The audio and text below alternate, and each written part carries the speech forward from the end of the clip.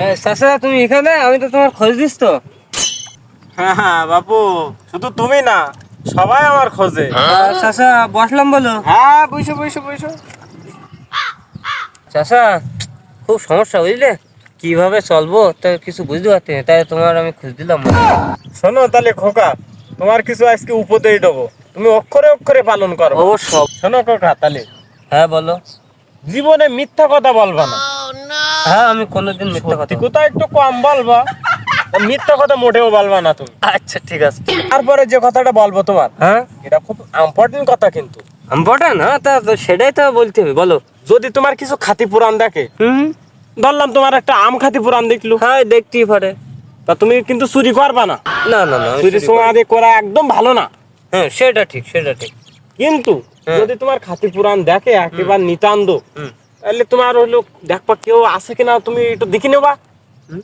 দেখবা কেউ নেই, হঠাৎ করে বাড়ি হয় লুঙ্গির মধ্যে না প্যান্টের পোকাতে পুড়ি বাড়ি নিয়ে আসি, তারপরে খাবা। তাই নাকি? মানুষের সামনে ভুলিও বের করবা না।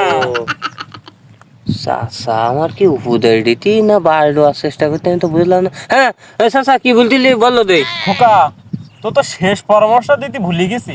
ওইটাই তো আমার লাগবে। হ্যাঁ জীবন যুদ্ধে যদি খুব নিতান্ত অভাব অনটন পুড়ি যাস, হ্যাঁ অনেক সময় হয়।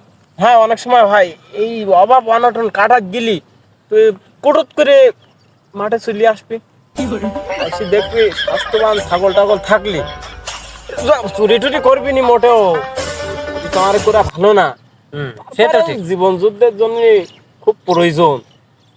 কুটুত করে ছাগলটা ধরবি, ধরি গলা ধরি তুই বাড়ি নে চালাই দিবি। তুমি কি আমার ভালো করলি না চুরি করা শিখালি? প্রত্যেকটা কথা চুরি করা শিখালি। ধুস তুমি থাকো, তোমার এখানে আসলা ভালোর জন্য, তুমি মার খাওয়া বুদ্ধি করতে চাও তুমি। এ ভাইস্তি শোন, আমি সে মেন কথা শিখাইনি তো, জানতাম তুই এই কথা বলবি, তার জন্য আমি সে মেন কথা বলিনি তো। তুমি না আবার মেন কথা খাওয়া, যেটুকুন কইছা উঠি আমি শেষ, আর বাঁচতে না, আর এরপর মেন কথা কলি আমি শেষ।